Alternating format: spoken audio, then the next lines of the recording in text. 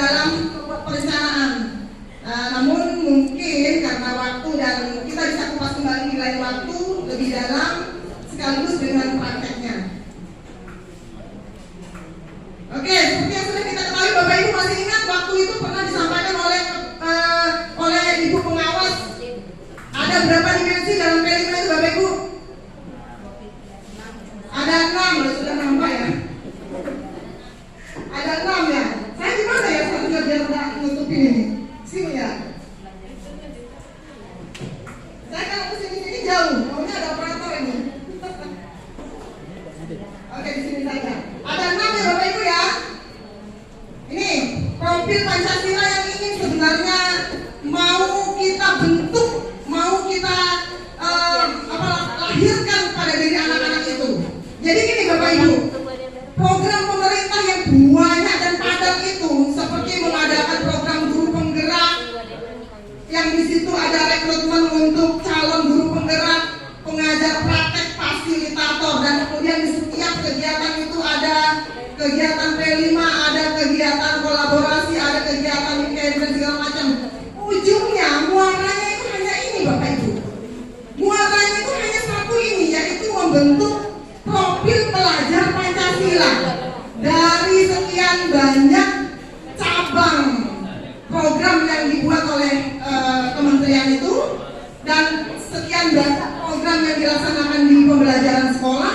Ujungnya, intinya dan poin terpenting yang dicapai itu ya ini Bapak Ibu, yaitu membentuk, melahirkan profil pelajar Pancasila. Nah ini dimensinya Bapak Ibu ya, sudah berkali-kali ini kita bahas.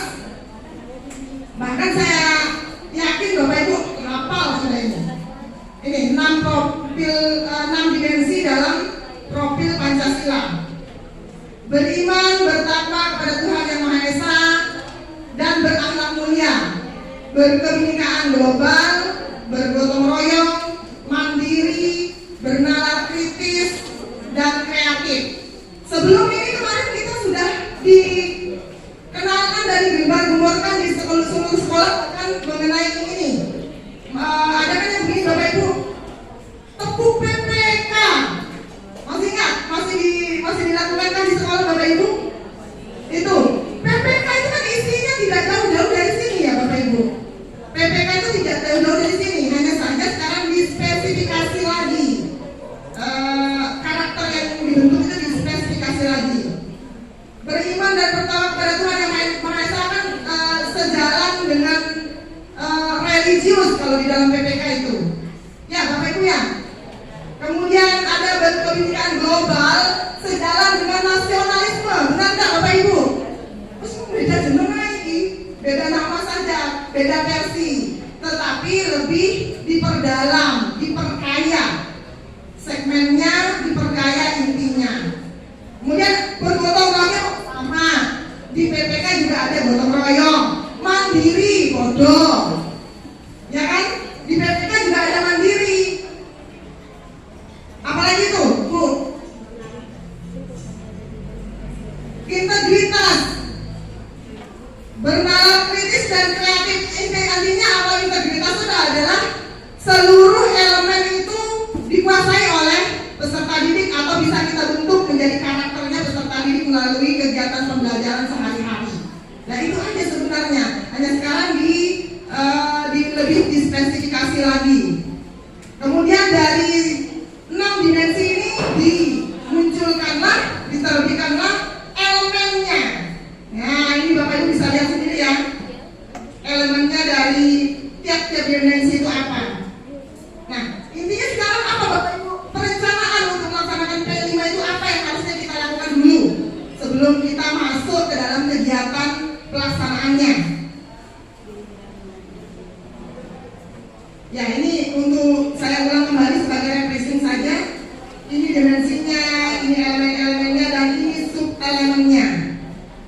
Oke, bisa diperhatikan ya Bapak Ibu ya. Mungkin rasanya sudah pernah dapat payahnya ya Bapak Ibu ya.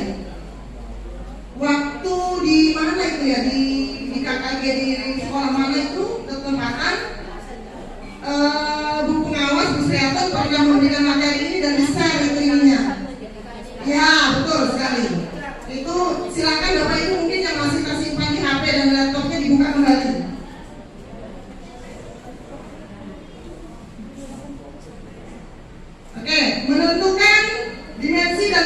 proyek penguatan profil Pancasila. Bapak Ibu, sebenarnya Bapak Ibu ada alur bagaimana kita melakukan perencanaan sebelum kita melaksanakan pelaksanaan P5. Saya akan tutup dulu ini.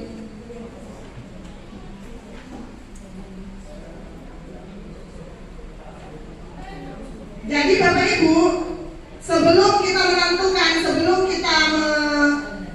menentukan dimensi dan elemen apa yang ingin kita terapkan dalam kegiatan P5, ada tahapan-tahapan dalam sekolah itu yang harus kita lakukan. Tapi kita tidak ke sana, kita lebih ke penentuan dimensinya saja. Tapi untuk pengetahuan kita bersama, ini hal yang perlu dilakukan dalam perencanaan P5. Yang pertama adalah membentuk tim fasilitator. Tim fasilitator proyek penguatan profil pelajar Pancasila, di mana nanti di sini adalah bertanggung jawab adalah kepala satuan pendidikan atau kepala sekolahnya.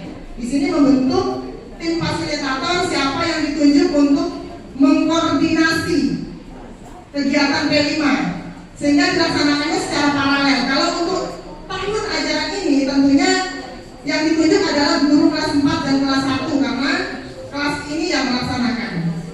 Nah, bentuknya boleh paralel, misalnya di kelas Bapak Ibu, di sekolah Bapak itu ada 3 kelas 4, maka dikumpulkanlah 3 guru dari kelas 4 tersebut, kemudian ditunjuk sebagai salah satu ditunjuk untuk membentuk fasilitatornya sebagai ketua atau koordinatornya, gitu.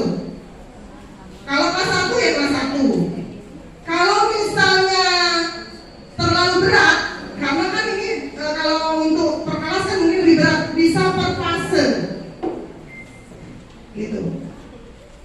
Yang kedua adalah mengidentifikasi tingkat kesiapan satuan pendidikan, yang mana yang tahu sekolah Bapak Ibu itu siap atau belum melaksanakan P5 ini adalah kepala sekolah dan Bapak Ibu itu semua.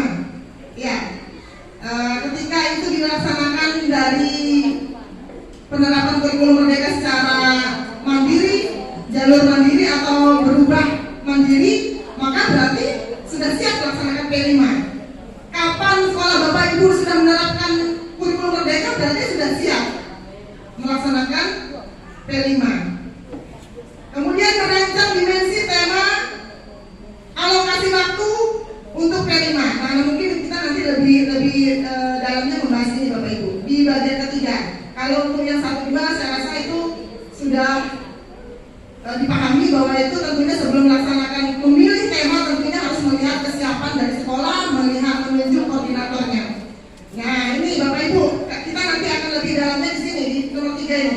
Merancang dimensi tema alokasi waktu. Kenapa perlu dirancang Bapak Ibu? Supaya kegiatan P5 yang Bapak Ibu lakukan itu terpandu, ada panduannya, gitu. Ada langkah-langkahnya dan terjadwal. Kemudian baru yang terakhir, kemudian yang keempat adalah menyusun modul project. Nah, tentunya sebelum Bapak Ibu melaksanakan P5 dengan siswa-siswi harus siap ini Bapak Ibu. Modul proyek ini kata lain dari RPP-nya project itu loh. RPP-nya project yang akan kita berikan kepada peserta didik kita.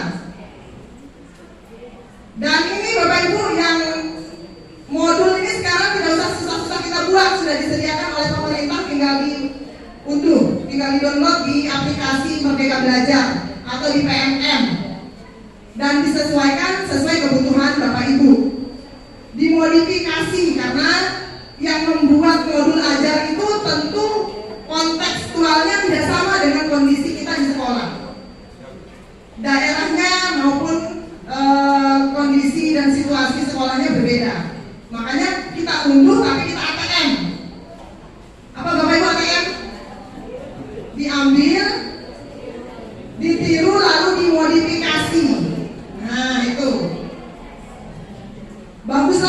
Bapak Ibu bisa buat sendiri dengan panduan melihat panduan membuat modul ajar. Kemudian selanjutnya Bapak Ibu merancang strategi pelaporan hasil proyek.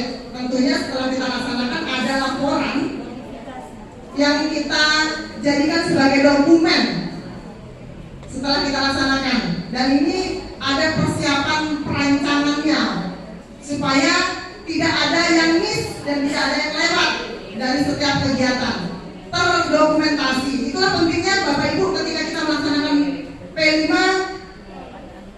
jangan lupa untuk mendokumentasi dalam bentuk visualisasi berupa gambar ataupun video. Itu satu, sebagai pelaporan Bapak Ibu dalam melaksanakan P5. Yang kedua, sebagai motivasi untuk peserta didik kita. Foto banyak-banyak kegiatan itu, print out, lalu pajang di tembok sekolah atau dipajang di mading. Nanti dilihat sama anak-anak, oh ini kita pas ini ya, sehingga akan menjadi motivasi lagi untuk anak-anak.